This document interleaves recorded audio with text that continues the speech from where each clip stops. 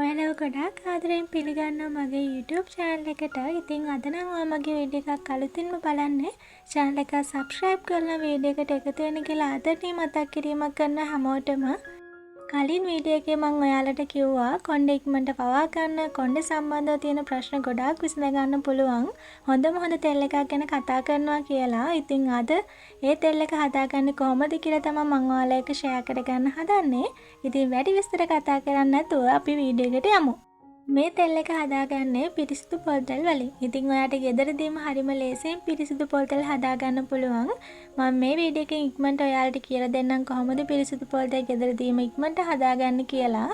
ඉතින් පොල් ගෙඩි දෙක තුනක් අරගෙන ඔයා හොඳට හිරමණයකින් මේ පොල් ගෙඩි ටික ගා ගන්න ඕනි. ඊළඟට ඒ එන පොලුයි වතුරයි එකට එක අනුපාතය තියලා බ්ලෙන්ඩ් කරගන්න ඕනි. බ්ලෙන්ඩ් කරලා පෙරලා හදාගත්ත පොල් කිරි එක පැය 4ක වගේ කාලයක් ශීතකරණේ දාලා තිබුණාට පස්සේ වතුරකින් පොල් කිරි එක අපිට වෙනම අයින් කරගන්න පුළුවන්.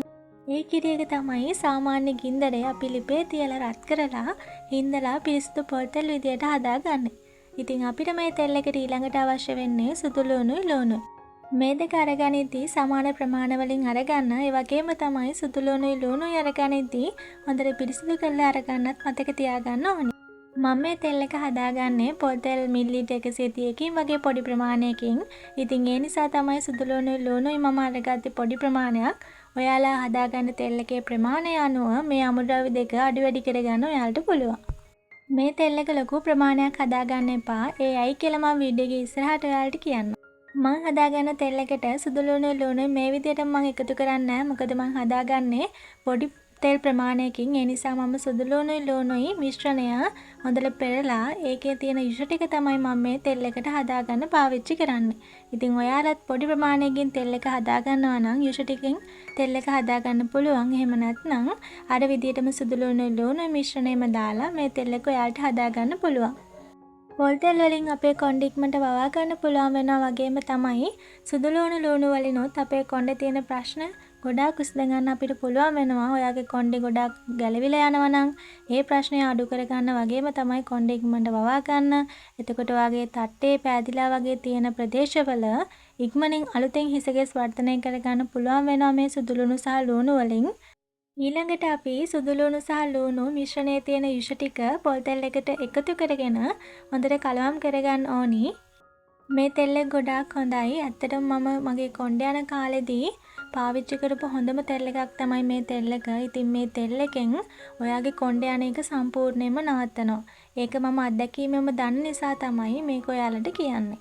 ඉතින් ඊළඟට මම එකතු කරගන්නවා උළුහල් පොඩි ප්‍රමාණයක්. ඉතින් ඔයාලගේ තෙල් එකේ ප්‍රමාණය අනුව උළුහල් ප්‍රමාණය සහ සුදු ලුණු ලුණු ප්‍රමාණය අඩු වැඩි කරගන්න ඔයාලට පුළුවන්. උළුහල් වලින් නිරෝගීව කොණ්ඩේ දිගට වවා ගන්න වගේම තමයි කොණ්ඩේ සම්බන්ධව තියෙන හැම ප්‍රශ්නයක්ම විසඳ ගන්න පුළුවන් වෙනවා. කොණ්ඩේ අනේක පාලනය කරගන්න, කොණ්ඩේ හිස්සොරි තත්ත්වයක් තියෙනවා නම් ඒ තත්ත්වය අවම කරගන්න, ඒ වගේම කොණ්ඩේ නිරෝගී කරගන්න, කොණ්ඩේ තියෙන වියලි ගතිය අවම කරගන්න මේ වගේ වාසි ගොඩාක් අපිට උළුහල් වලින් ලබා ගන්න පුළුවන් වෙනවා. ඉතින් මේ අමුද්‍රව්‍ය ඔක්කොම එකතු කරලා හොඳට කලවම් කරලා ලිපේ තියාගන්න ඕනේ. ඉතින් ඔයා මේක ලිපේ තියාගද්දි සාමාන්‍ය ගින්දරේ තමයි අපි මේ තෙල් එක හදාගන්න ඕනේ. ඒ වගේම තමයි මේ තෙල් එක විනාඩි 10ක් වගේ ප්‍රමාණයක් රත් කරගත්තාම හොඳටම ඇති. මම ඔයාලට මේ තෙල් එක ලොකු ප්‍රමාණයක් හදාගන්න එපා කිව්ව එකම හේතුව තමයි අපි මේ තෙල් එක ලොකු වෙලාවක් රත් කර ගැනීමක් කරන්නේ නැහනේ. එහෙම වුණාම අපේ තෙල් එක කල් තියාගන්න ලොකු කාලයක් බැරි වෙනවා. මේ තෙල් එක ඔයාලට පුළුවන් වෙන්නේ සති 3ක 4ක වගේ කාලයක් විතරයි. ඒ නිසා තමයි මම පොඩි ප්‍රමාණයකින් මේ තෙල් එක හදාගන්න කියලා ඔයාලට කිව්වේ. මොකද අපි මේක රත් කරගෙන ගොඩාක් වෙලාවක් තියාගෙන තෙල් එක හදාගන්නේ නැහැ. ඒ නිසා තමයි මේ තෙල් එක පොඩි ප්‍රමාණයක් හදාගන්න කියලා කිව්වේ. ඔයාලට මේක විනාඩි 10ක් වගේ පොඩි ප්‍රමාණයක් සාමාන්‍ය ගින්දරේ හිඳව ගන්න පුළුවන්. මේ තියෙන අපි මේ විදිහට හදාගත්ත පොල් තෙල් එක. ඉතින් ඔයාලට පේනවා ඇති මේකේ පාට වෙනස් වීමක්වත් සිදු වෙලා නැහැ. මොකද අපි මේක කර කරගන්නේ නැහැ. ඒ නිසා තමයි මේ තෙල් එක ගොඩාක් කල් තියාගන්න බැරි වෙන්නේ. ඉතින් මේ තෙල් එක අපිට පෙරා ගන්න මුකුත් නැහැ. මේ තෙල් එක හොඳටම නිමුණාට පස්සේ අපි එකතු කරගන්නවා මේ තෙල් එකට එඬරු තෙල්. ඉතින් එඬරු තෙල් අනිවාර්යෙන් මේ තෙල් එකට එකතු කරගන්න ඕනි. එහෙම නැති වුණොත් ඔයා බලාපොරොත්තු වෙන ප්‍රතිඵල ඔයාට ගන්න බැරි වෙනවා. ඉතින් එඬරු තෙල් ගැන මම ලොකුට කතා කරන්නේ නැහැ. හැමෝම දන්න එඬරු තෙල් කොච්චර හොඳයිද කොණ්ඩෙට කියලා. ඉතින් එඬරු තෙල් වලින් කොණ්ඩේ වවා ගන්න, කොණ්ඩේ ශක්තිමත් කරගන්න, කොණ්ඩේ නිරෝගී කරගන්න අපිට පුළුවන් වෙනවා. ඉතින් මේ විදියට එඬරු තෙල් වලින් අපි මේ සන්දක් මේ තෙල් එකට එකතු කරගන්නවා.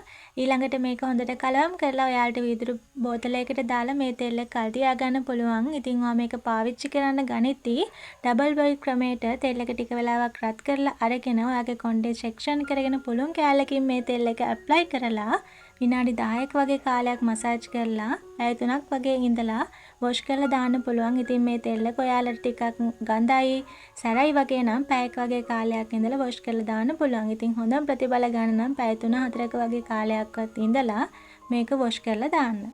මේ තෙල් එකෙන් ඔයාගේ කොණ්ඩේ ඉක්මනට වවා ගන්න පුළුවන් වෙනවා වගේම තමයි කොණ්ඩේ සම්පූර්ණයෙන්ම යන එක නවත්තනවා. කොණ්ඩේ ගොඩාක් යන අය මේ තෙල් එක try කරලා ඔයාට ලැබුණු ප්‍රතිඵලය පහලින් කමෙන්ට් එකක් විදිහට එකතු කරන්න අමතක කරන්න එපා.